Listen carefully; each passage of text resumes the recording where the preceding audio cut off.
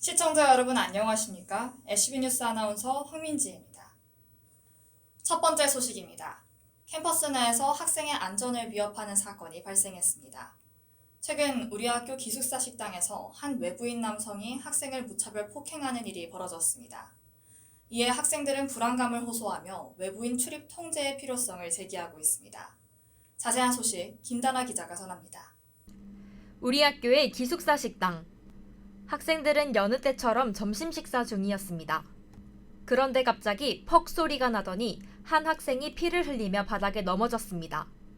그 폭행 사건이 벌어진 곳은 그 아워홈 식당이었습니다. 제가 그 메인 출입문 있는 쪽에서 밥을 먹었거든요. 근데 물을 뜨려고 했는데 막 사람들이 되게 어수선하고 한쪽만 다 쳐다보는 분위기였어가지고 거기를 제가 한번 보니까 어떤 한 분이 머리에 피를 막 흘리고 계시는 거예요.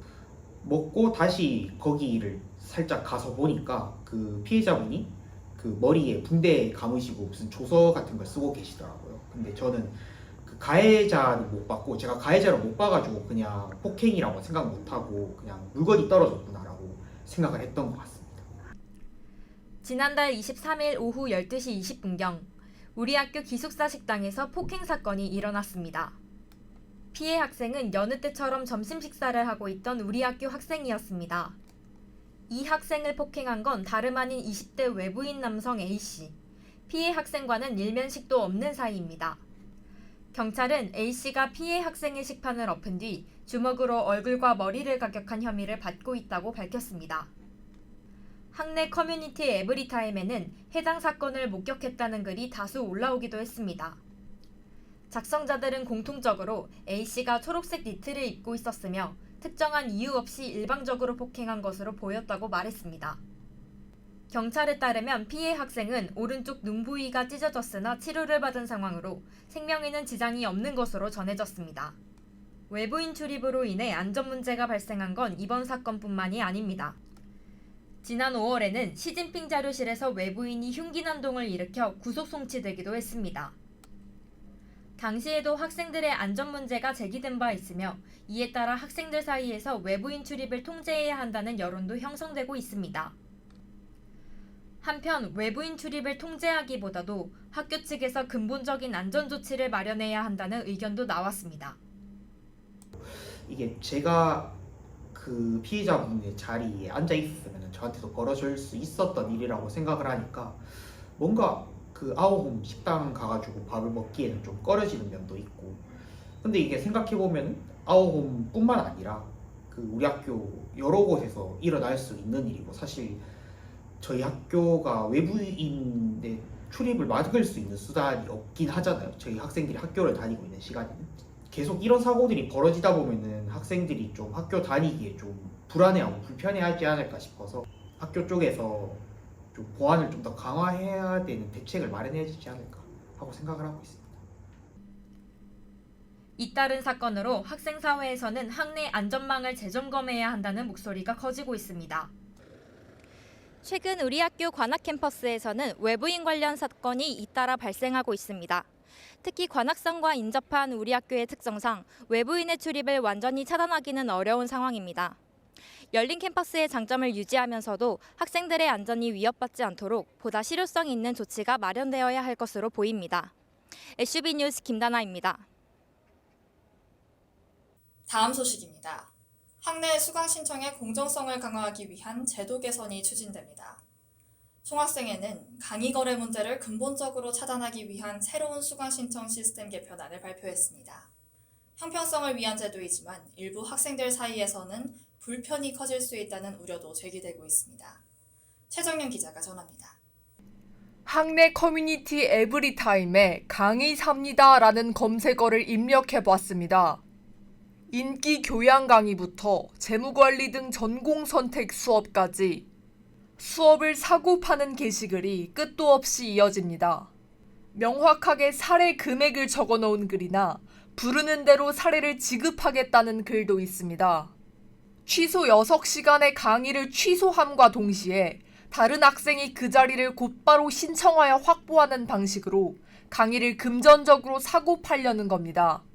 지난 총학생회 선거에서 시그널은 이러한 강의 거래로 인해 수강 신청의 공정성이 훼손됨을 지적하며 문제 해결을 핵심 교육 공약으로 약속했습니다. 그리고 이번 달 말 시그널은 동계 계절학기 시범 운영을 거쳐 이후 정식 도입될 수강 신청 시스템 개선안을 공지했습니다. 이번 제도 변경으로 취소 여석 수강 신청 시간에는 모든 강의의 수강 취소가 불가능해졌습니다. 취소 여석이 표시되는 것도 취소 여석 시작 10분 전으로 변경됐으며 이 10분 동안에는 모든 수강 신청과 취소가 제한됩니다. 취소와 동시에 해당 강의를 신청하는 강의 매매 행위를 원칙적으로 차단하기 위함입니다. 시스템이 바뀌며 발생할 수 있는 불이익을 줄이기 위해 수강 신청 및 변경 종료 시간은 30분 연장됐습니다. 일단 이 제도가 처음에 공약으로 등장하게 된 계기는 제64대 총학생회 선거에서 경영대 학생회 등을 중심으로 이제 학생 사이의 강의 매매가 주요 문제로 언급이 됨에 따라서 총학생회 공약에 포함이 됐었습니다.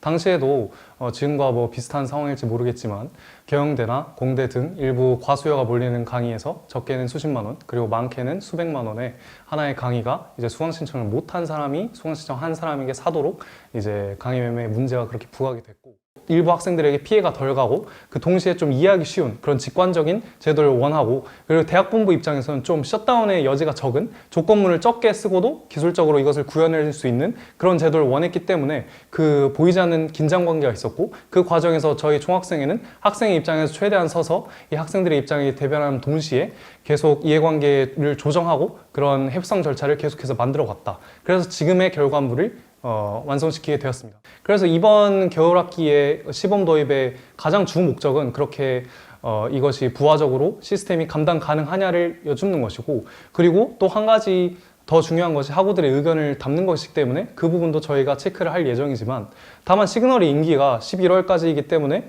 사실 중앙집행위원회가 다음 구성되는 교육국의 역할도 굉장히 중요할 것입니다. 하지만 공지 이후 학내 커뮤니티 에브리타임에는 학생들의 피해가 커질 수 있다는 우려가 제기됐습니다. 같은 시간에 다른 강의를 담아놨다가 취소 여석 시간에 변경하는 소위 보험 강의 전략이 불가능해졌다는 겁니다. 취소 여석 시간에 기존 강의를 취소하고 같은 시간대에 다른 강의를 빠르게 신청하여 장바구니를 정정한 경험이 있는 학생들은 아쉬움을 표현하기도 했습니다. 어떤 보험용 수강 신청을 하지 못하게 된다는 것이 이번 그 문제점으로 제기된 것의 골자입니다.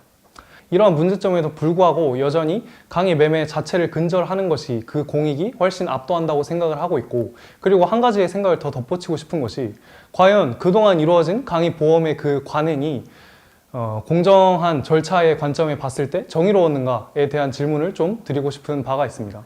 그래서 이번에 이런 단점이 있더라도 그럼에도 불구하고 수강 취소를 억제하고 또 강의 매매를 아예 근절하는 방향으로 가는 것이 궁극적으로는 저희가 추구하고자 했던 철학인 절차적인 정의에 합당하다고 저는 결론 내리게 되었습니다. 다만 일부 학생들의 우려가 계속해서 지속되고 있는 가운데 저희 중앙집행위원회 교육국도 이 상황을 조금 더 엄중하게 받아들여야 할 것 같고, 이 불만 사항들에 대해서 무시하지 않고 계속해서 해결책을 도출해내가는 그 과정이 필요할 것입니다. 수강 신청 오류와 수요 쏠림 등으로 인해 학생들이 원하는 수업을 듣지 못하는 문제는 해마다 반복되고 있습니다. 이번 제도 개선은 공정성 확보라는 목표를 내세우고 있지만 학생들의 수강 변경 유연성을 떨어뜨리는 것 아니냐는 딜레마에 놓였습니다. 새로워진 제도 개선이 가져올 실질적인 결과에 관심이 집중됩니다. SCB 뉴스 최정윤입니다. 11월 첫째 주 단신입니다. 최근 관악학생생활관 LNL 확대를 주제로 관악학생생활관 주최 학생공청회가 열렸습니다. 공실 최소화 및 학부생 거주기회 확대를 목적으로 900동을 학부동으로 전환하여 운영할 계획입니다. 또 920번대 동과 900동이 LNL 프로그램에 적합하지 않기에 919C동이 LNL로 추가 확대될 것입니다. 이러한 변경 사항에도 신입생과 재학생 비율은 유지되며 남녀 비율 또한 변경이 최소화될 예정입니다. 아울러 기존 사생의 이주를 최소화하고 관악사 지원 불가 지역 거주 LNL 학생 수를 고정하기로 했습니다. 11월 4일부터 6일까지 관정도서관 3층 양주석 홀에서 꼬리에 꼬리를 무는 전공과 진로 이야기를 주제로 전공설계 간담회가 열릴 예정입니다. 이번 행사는 학부대학 전공설계 지원센터가 주최했으며 다양한 전공을 이수한 졸업생들이 진로 경험을 공유하고 학부생들의 진로 탐색을 돕는 취지로 마련됐습니다. 전공설계 간담회 첫날에는 당근 피플팀에서 근무하고 계시는 정상호 씨가 조금은 다른 길, 그 위에서 얻은 작은 생각들을 주제로 강연을 진행할 예정입니다. 그 다음 날에는 키움증권 기업분석팀에서 근무하고 계시는 조소정 씨가 애널리스트의 생활과 금융권 라이프와 관련된 내용의 강연을 진행할 것입니다. 마지막 날에는 하이브 플레디스 엔터테인먼트 마케팅팀 이정윤 씨가 마음 따라 선택하고 넓게 바라보기를 주제로 마케팅, 엔터테인먼트 산업 내 진로를 설명하는 내용의 강연을 진행할 예정입니다.